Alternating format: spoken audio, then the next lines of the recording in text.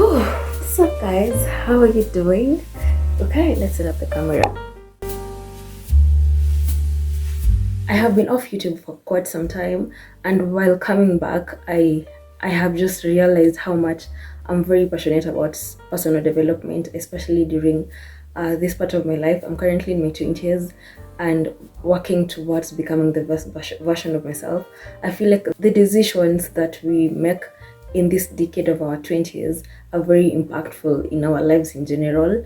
So I've been very intentional with personal development this year, and I wanted to incorporate the journey into my channel so that you guys can learn along with me. So I want to be more intentional about creating personal development content, and one of these being the 25 lessons I've learned in the past 25 years. So this is the 29th of October and it is on a Sunday, and we only have like 2 days remaining for us to step into November. November is my birthday month. I'm gonna be turning 25. So I have spent most of this day reflecting on lessons I have learned in the past 25 years of living, and it has been a very interesting session, to be honest. And I was like, what, it will be very interesting to actually share what I have learned and how that has impacted my life so far. And I'm very excited to share this with you. So please sit back, relax, and enjoy this session. I hope you enjoy and get to learn a thing or two. So yeah, let's get into it. Number one is that you'll never stop figuring stuff out. Sometimes I would be like, what, I'm now 24, turning 25. I should have all these things figured out. And the truth is, it's okay not to have everything figured out. Actually, people are still in their 30s and not even 30s, 40s, nando amepata the ideal career path. So one thing I have learned is to stop being very hard on myself, especially when it comes to figuring out what my passion is. I have had a very tough time. Sometimes you can interact with a 20-year-old who has their whole life figured out, and you walk to about 24, turning 25, and you don't even know what you want in life, So it's okay to not have everything figured out. It's okay to, allow life unfold at its own, at God's timing. So yeah, mentorship is a shortcut to success. So I have come to learn that, as I just mentioned, figuring stuff out, it can be very hard to figure stuff yourself. Especially, we are all doing this for the first time. We just finished school and we are all job hunting for the first time. We are trying to find the perfect partner for the first time. We are trying to build the perfect empire or the perfect business. So it's okay to find people who can help you navigate that journey. So for me, it doesn't even have to be someone you have close contact to. It could be someone you're looking up to and you just follow their journey through on LinkedIn. So sometimes I could be a bit shy to talk to someone and tell them, oh, I really admire you, what steps have you taken to get to this point. That's what mentorship is all about. So me just going on LinkedIn and looking through their career journey, like where exactly did they start until up to where they've got, what kind of certifications have they taken to get to where they are career wise, is a form of mentorship for me.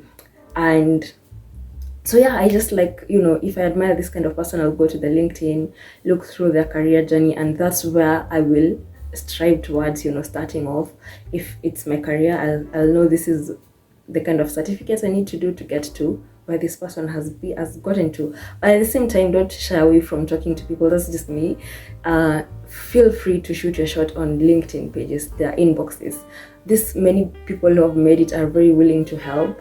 And yeah, I feel that it's actually a shortcut to success. Talking to these people and telling them, it took you this amount of time to get to this point. How can I also get to it maybe at a shorter span of period? So yeah, it's very important, not only career-wise, also navigating through spirituality. Who are you looking up to? Okay, personally, I wouldn't say I have the perfect relationship with God, but I have people that I look up to, and I'm like, what? If I talk to this person, they can help me lead to having that perfect relationship with God. And also relationship wise, I admire this couple. What do they do, to have this perfect kind of relationship or friendship? So yeah, don't shy away from mentorship. It really helps a lot, just talking to these people and asking them the steps they took towards having the perfect life. Invest in therapy and take time to heal. It is important that you take time to heal. I feel like most of our traumas really hold us back and we don't even realize it. It's very, very sad that some people at this age don't, they see therapy as not therapy, mental health generally. You just tell a person, oh, I'm seeing a therapist, or I'm saving up towards seeing a therapist, and they're like, I Kwani, what's wrong with you? It's not like it's a disability or you have a problem. And it's so sad that some people see it that way. So I feel like most of us have at least unhealed traumas that hold us back. So it's really nice that we deal with these things as early as possible, so that we just be the best versions of ourselves while at it, so that we can be even more productive and yeah, make it through our 20s. Trust your instincts or guts. So to me that is important, because every time that I haven't trusted my gut, it has always costed me. So I feel like, okay, I should have listened to my gut in the first place. So yeah, take your time. As much as you might listen to your friends or what, take your time and listen to your gut feeling. What is it telling you? Is it something that you want? And if it's not, just trust it. Okay. The fifth point for me is to allow yourself to love. Okay, this is even very hard for me to say. I didn't actually know this. I was just having a conversation with a friend some days ago, and many times I don't allow myself to, experience love. I find myself self-sabotaging. I'm like, you know what, maybe I don't really deserve this kind of love. So this is something I'm still dealing with. I find myself self-sabotaging time and again, and I hope I heal from that and I allow myself to love. Don't shy away from experiencing life to the fullest. That's it, period. Let's go to the next point. The next thing I have learned is you just have to work hard. You just have to do your best in whatever you're doing. Like, you have to be very intentional with everything you do.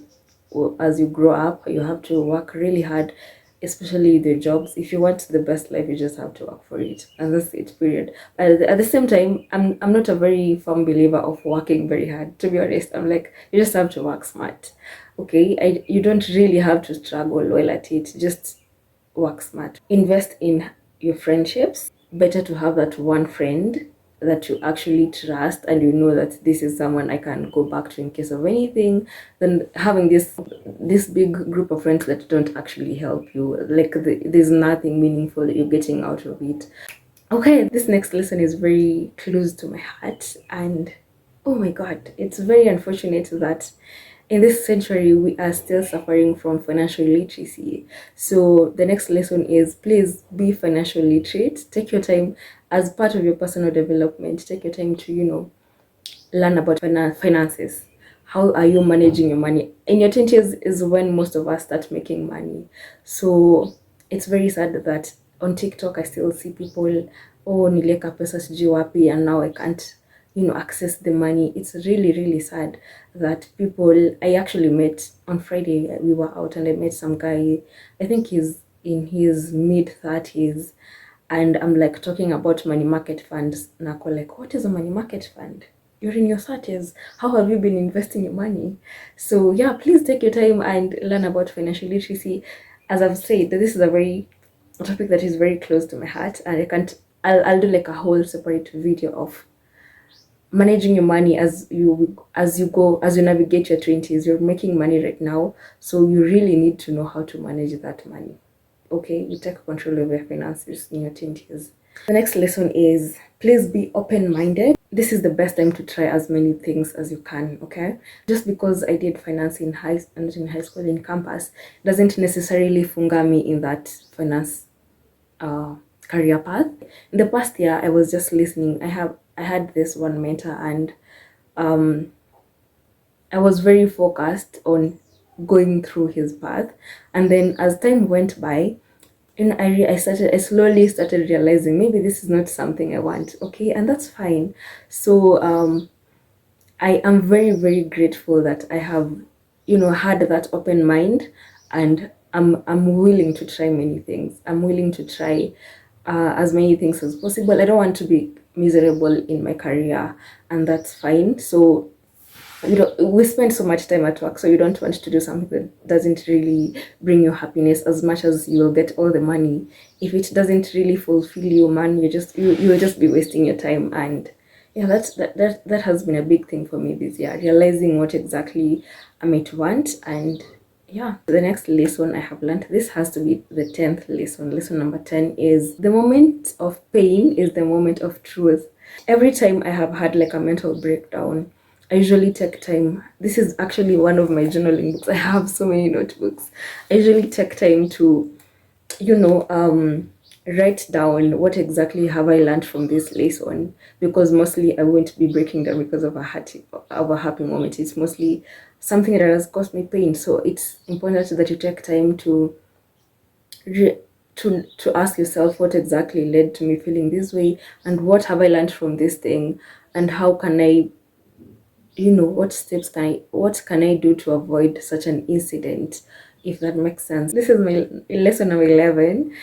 Your colleagues are not your friends. For me, okay, are not your family. There's this thing when you enter into this corporate space and you're like, having lunch with your colleagues, and they're there chilling, you're like, oh, we're a family, blah blah. You do drink ups and you start opening up, telling them about your personal life. Please don't do that. That's a mistake I made very early on in my career, and I don't know. I wouldn't say I regret it, but at least I learned. You don't really, not everyone needs to know your shit or whatever you're going through. So yeah, they're not necessarily your family, and you're just there to make money, and yeah, and that's it, period. The next thing I have learned, especially in this, now that we're talking about corporate, is be confident and don't be quiet. That's the word. Don't keep quiet. When you're having these staff meetings at the office, talk. Hata kama ni kitu, okay, don't talk unnecessary stuff, but it's okay to ask questions, ask for clarifications. Ukinyamaza tu hapo, it's like a joyriding, and maybe they won't see you worthy of a promotion or something. So the corporate worlds, like wanapenda wase wanaongea, talkative people. So speak up for yourself, ask questions, seem very curious, and yeah, that way many opportunities will open up for you. Kidogo kidogo utakuwa unaambiwa, oh, see, you do this and this, or I don't know, just opportunities will open up to you just because you are the one speaking up when others were keeping quiet. Okay, that's how you will stand out. The next lesson I have learned is to take myself seriously. I was attending a talk on savings and investments a while ago. It was actually like 2 weeks ago.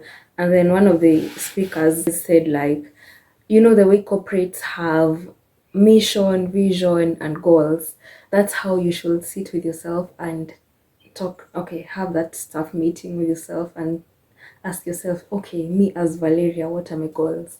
What are my mission? What is my mission? What are my visions? Okay, having that serious corporate talk with yourself and coming up with strategies now to become that best version of you. That actually made a lot of sense. I've never thought about taking yourself that serious and thinking of your goals and vision and missions. That's actually very, very interesting. Schedule joy into your life. We live in a very busy world. Personally, I was just thinking about myself, about my life, and I'm like, oh my god, I'm slowly becoming boring. I mean, like Monday to Friday, you just working your ass off at the office from 8 p.m. From 8 a.m. to 5 p.m. In the evening, you're tired. You just want to go home. During the weekends, you're just sleeping, or I don't know. Sometimes you just want to take a cocktail or two because you're stressed out and you think alcohol is gonna help, and it doesn't. You just end up nursing hangovers the next day. So this is something I'm still working on. I feel like tumefika hiyo point ya life yenye you just have to schedule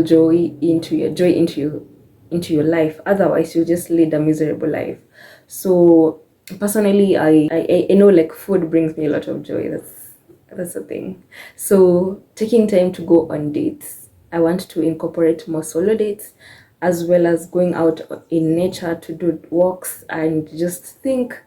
Yeah, I feel like those little things at least bring joy back into your life. Find interesting hobbies that can make life interesting for you. Okay, it's to forgive yourself, and we all make mistakes. And I have found myself not feeling good enough, not feeling worthy of some things because of a mistake I made in the past. So I have learned to slowly, forgive myself and allow myself to receive all the blessings that are coming to my life because I deserve them.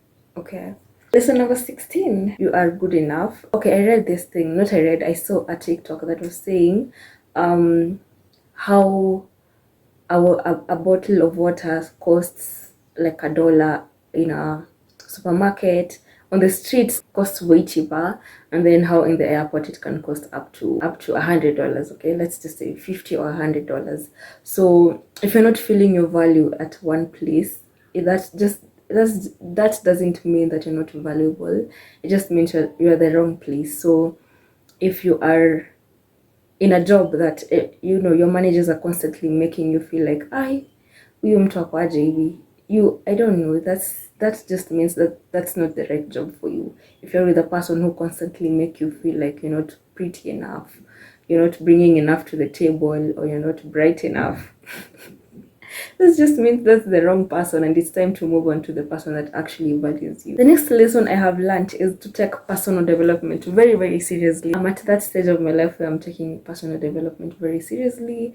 I have, taking time to widen my curiosity and my knowledge, because if you allow yourself to remain at the same stage, my friend, these years are moving by too fast, so you won't even realize it. Your peers will be, getting to higher positions just because they took some course in the past few months, and who ulikuwa tu hapo stuck with that one degree. So it doesn't necessarily mean taking a certificate. There's so many ways of developing personally.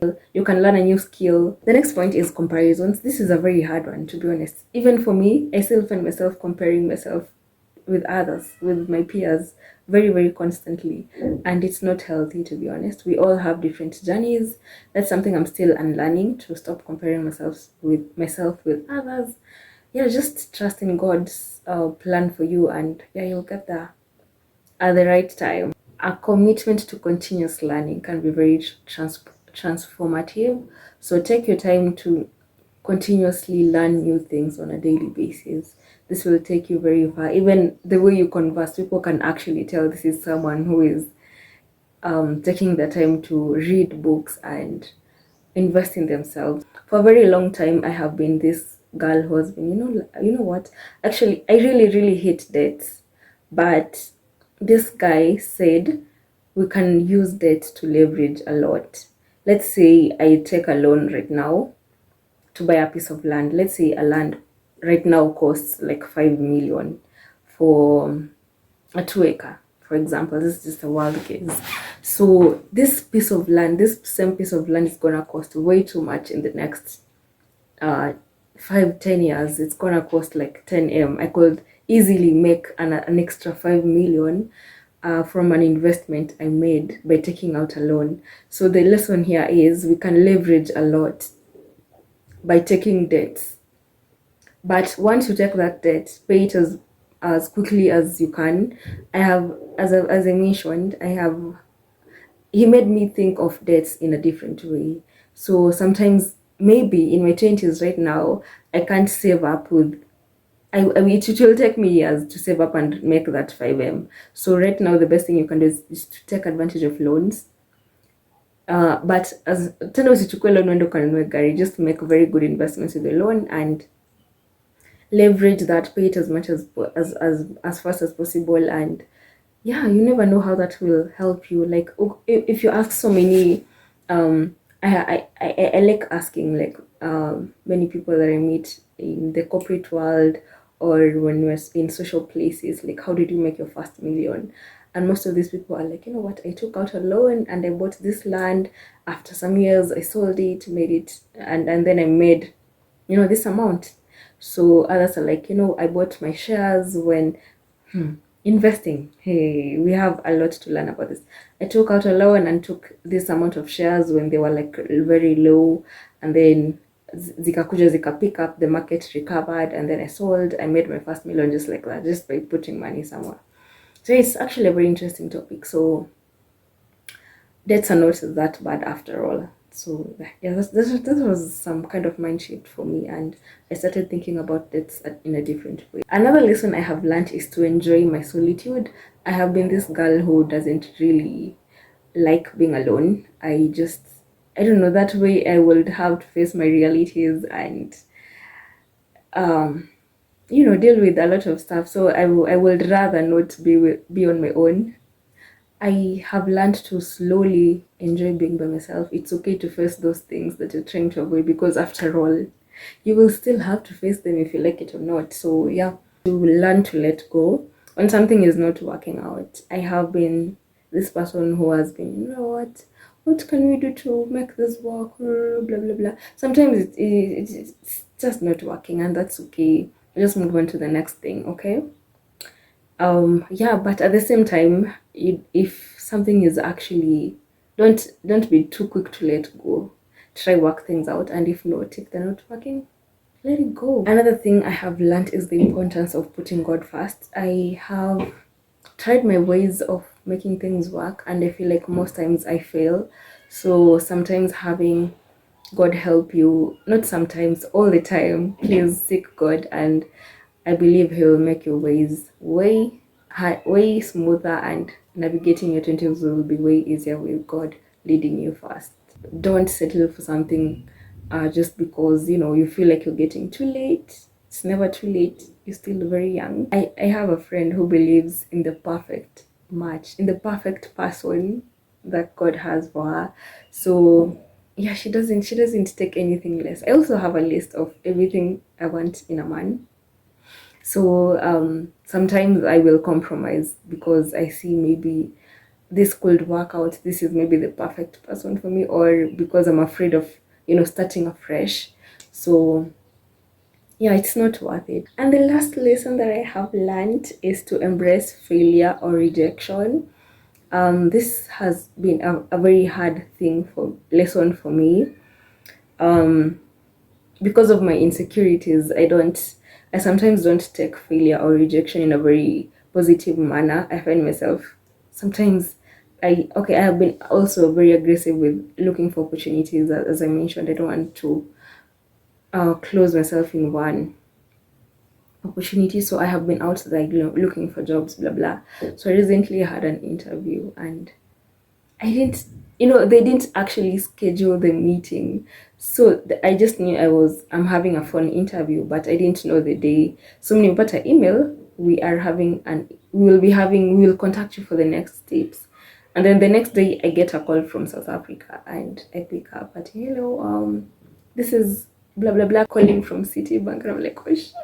It has to be the interview. I'm not prepared in any way. I was very nervous. My voice was shaking. Damn. And as in nilitoka tu kwa hiyo call nikisema, okay, this is not it. I remember I just came back to this book and I just journaled. I just said, dear God, the Citibank interview got me really nervous. I don't know how I performed, but as in deep down, I knew this is it. There's no way they're going to take me. And I was still okay. I was like, you know what? It's fine. I actually handled that really well, because in the past I would go to the washroom, I cry and maybe feel that I'm not good enough. I feel like I'm good. Not I feel. I know that I'm good enough. And this opportunity just got me off guard, and it got me.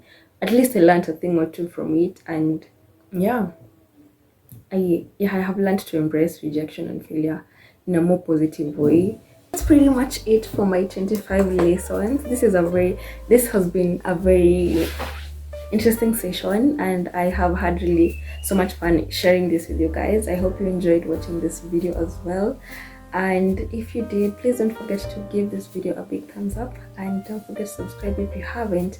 And please, if you have made it this far, please wish me happy birthday in the comment section. I'm pretty excited to this new phase of me. I believe this is going to be a very life-changing year for me.